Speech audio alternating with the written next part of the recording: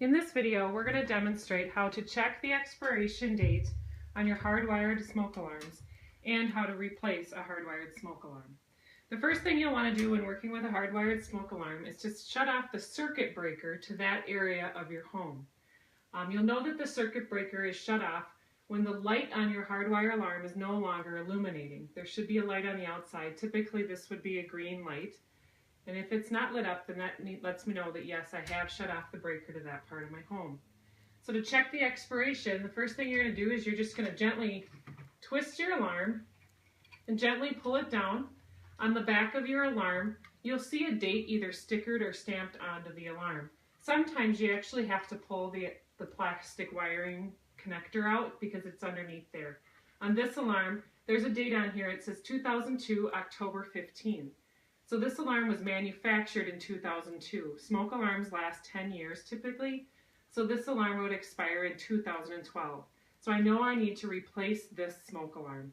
When you go to purchase a new alarm, what you're going to look for is an alarm that has a battery backup included in it and an alarm that has adapters in the packaging as well. And it'll say adapters included, or you'll even see the adapters right on the outside like that.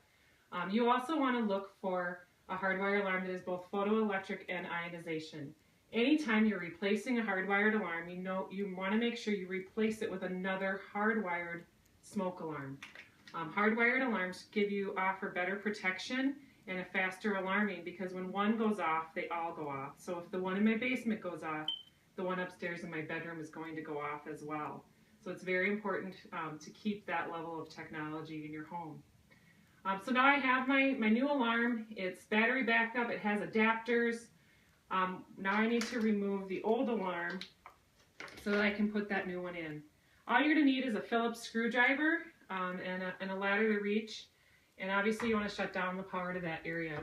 The first thing I'm going to do is I'm going to disconnect my existing alarm. In order to do that, you want to pull on the hard plastic portion, and sometimes you have to kind of jimmy it back and forth a little bit. But I want to make sure that I'm pulling on this hard plastic piece and not on the wiring because you don't want to accidentally disconnect that wiring. So now I've got my old alarm out. I'm going to compare my old alarm to the adapters in my new packaging so that I can see which adapter is going to actually fit in with my existing wiring.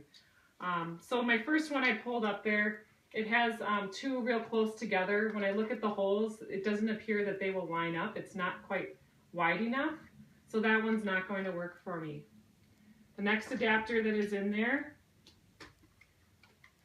so for this one, it does look like it'll actually match up. I've got my two male and my one, and they'll line up well with my female ends for the wiring. So this is the adapter I know I'm going to need to use. If for some reason you did not, one of the adapters does not match up with your existing wiring, then what you're going to have to do is you will have to have this whip piece. That is something that Eagan Fire will recommend you hire an electrician for.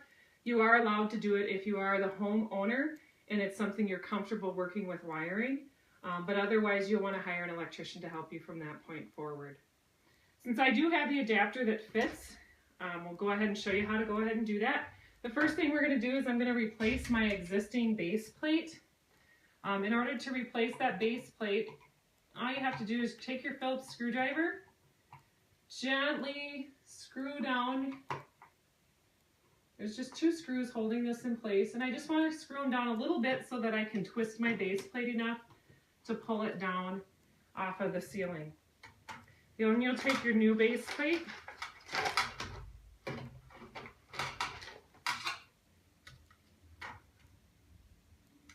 I'm going to hold my new base plate up. The new base plate will come with a couple different sets of holes so that I can match it up with my existing holes. So when I put this up here, I'm going to look and I'm going to try and find which set fits.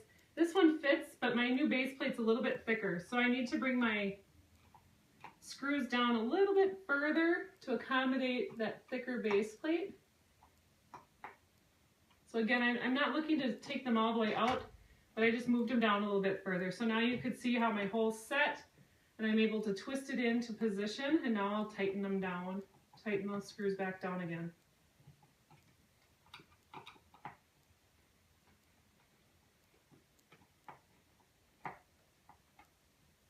So now my base plate's in there nice and tight.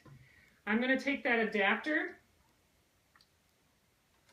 that I had matched up. I'm going to take the 3-prong side that goes with it. And sometimes you have to kind of pinch on the edges to get that to fit in. I'm going to push it flush with my alarm. I want to make sure it's in there nice and tight and not going to easily fall out. I want a solid connection. Then all I need to do is I need to take that alarm, plug it into my existing wiring. I'm going to tuck that up into the ceiling, make sure my wires are still nice and tight. They haven't come loose in any way.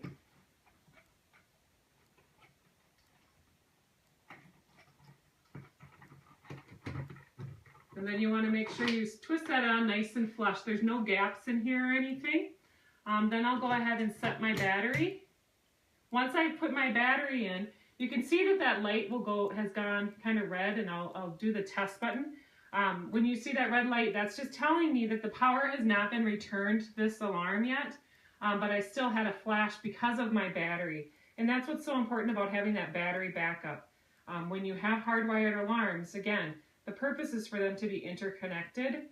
That battery backup is very important. Oftentimes with fire, the fire might be in the wall. It might actually be due to something like an electrical strike, so there's no longer power in the home. So you have to have that battery backup in order to keep that smoke alarm functioning should you lose power to that area. So what I'm going to do is I'm going to go ahead and push this. You'll hear this alarm and probably the other ones go off. That's kind of setting it into function. Then I would go and actually restore power to this area of the home as well. And important, once I return power, I'll see a green light on here. We won't go through those steps, but that's all there is to it. It's a pretty straightforward process to replace your hardwired smoke alarms. If you have any questions, just call Eagan Fire at 651-675-5900 Monday through Friday, and we will do our best to answer your questions.